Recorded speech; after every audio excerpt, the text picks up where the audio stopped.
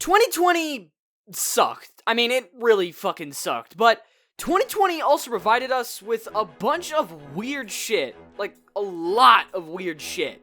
But the topic of this video is probably the weirdest stroke of genius I think I've ever seen. I'm horny. You know the rules and so do I. They ate my dick. You fuck my mom and you won't fuck me? Guys, we are on the verge of greatness. Vtubers. Virtual YouTubers. People streaming themselves using a 2.5 or 3D model. Usually the models of anime characters. Basically, it's the closest thing we'll ever get to real-life waifus. And because of that, Vtubers have completely taken off.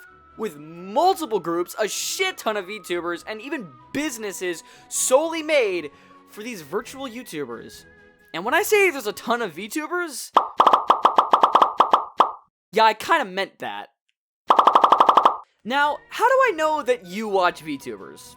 Apart from the fact that you clicked on this video, the reason I know you watch Vtubers is... well, cause I watch Vtubers. I've gone on record multiple times saying I don't like anime, but I also know that if I enjoy something, I fucking bury myself in that thing. Case in point, this, and... don't even get me fucking started on this. Now, some of you may get the false sense that anyone who watches Vtubers are simps. So, let me make this perfectly clear. I am not a person that puts content creators on some sort of pedestal. It's how people like this came to exist. So, everything I say as a person who does not simp for any of these Vtubers. No, I'm not a bimmer. No. Okay, maybe one. So, in this video, I want to really figure out why so many people watch Vtubers. Okay, well, for some, it's pretty fucking obvious why they watch Vtubers. So, I guess the real question is, why do I watch Vtubers? So, I feel like I should start this video with explaining the first 3 words of the video title.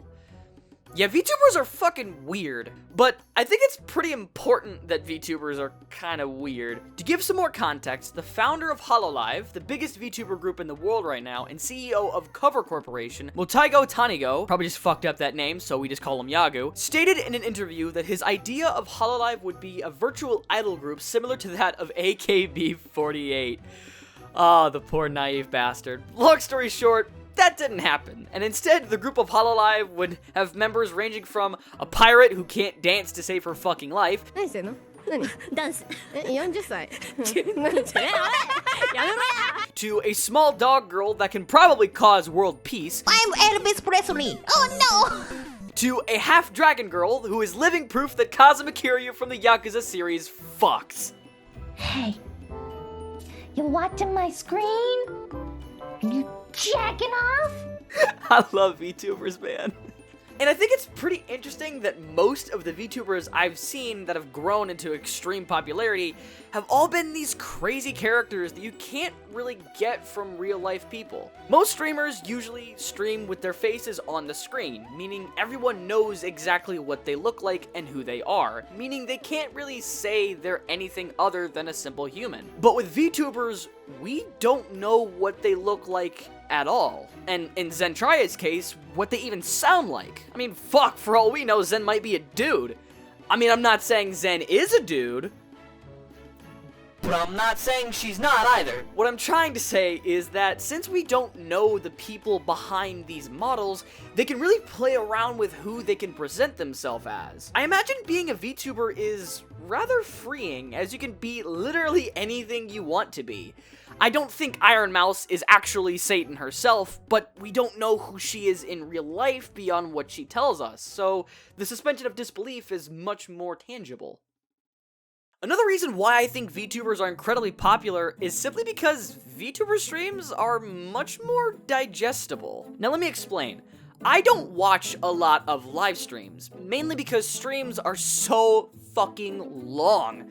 Most of the streamers I tend to keep up with have streams that are 6 to 7 hours long. 7 hours of content every day is a lot.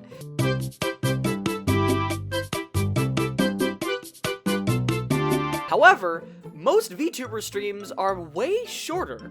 Amelia Watson? Her streams are around 2 hours. Mori Calliope? Hello? Around 2.5. Takanashi Kiara? About 3. Now, there are some obvious outliers in those streams, and those streams are still the length of feature-length movies, but they're at the very least much more bearable to keep up with. Like, yeah, I got an hour to kill. I guess I can watch Callie and Korone try to defuse a bomb together. Why not? I'm a guy. Thank you, forever. What? But even if those streams are still too long for you, there's still a way to keep up with content from these VTubers. Clips. You know, I would describe the VTuber craze right now kind of like the Vine craze that YouTube had in the early 2010s, in the sense that clips of VTubers constantly pop up in your recommended feed. There's always something new to watch, and once you watch one, well, you know.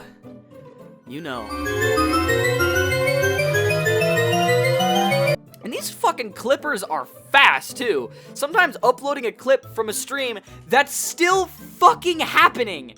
These fuckers are efficient, and there's a lot of them. I mean, most, if not all, of the footage I'm using for this video, I got from clips. Hell, I think I watched around 5 clips in the middle of writing this part of the script. The reason why clips are so important is that all of these clips provide excellent ports of entry. To explain this, I'll compare it to another form of entertainment, stand-up comedy. One of my favorite stand-up comics of all time, Andrew Schultz, stated in a TED Talk that clips provided a bit of a hack in the comedy industry.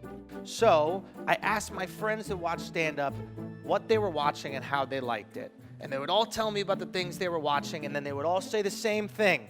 Every single one would be like, yeah, I watched it, it was funny, but I didn't finish it. I go, yeah, that's interesting. Oh, it was funny, it was really cool, I like this guy, I didn't finish it. Huh, nobody's finishing it. Okay, specials are too long. I decided to break it up into these small bits and create tons of different ports of entry to me as an entertainer, right? And by doing this, we saw this crazy effect happen on YouTube where a person would watch one video and then they would be watching for the next 2 hours. Okay? So my problem initially was the business would not let me in, and then the business itself had a problem where people would not watch their whole hour special, and somehow I found a way where people would watch 2 hours of comedy in a row. And why was it? Is because it was 2 things: authenticity and choice. So clips provide an excellent source of content from any creator, but VTubers, I feel, are the best in this regard since you can find yourself watching clips for... Oh shit, hold on. Hope you are She having got me a wonderful day. gift for Christmas.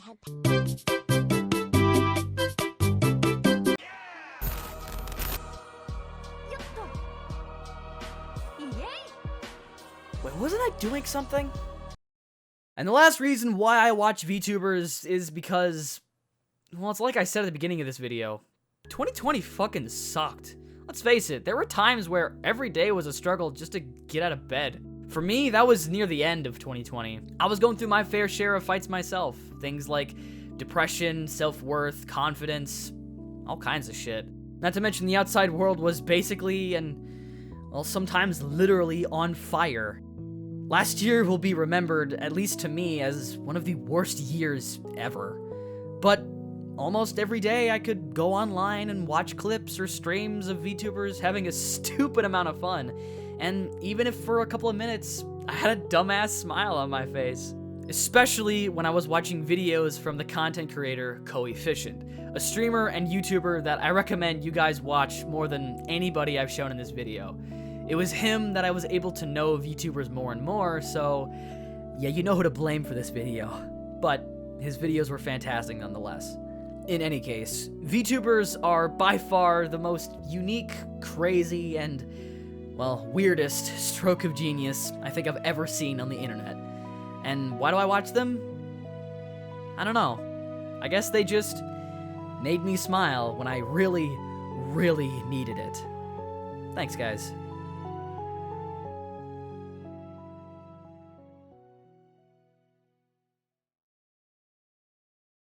God, that was so fucking corny. How do I end this video? Oh yeah, I want to take this moment to remind everyone that Silvervale's favorite candy is cream pie.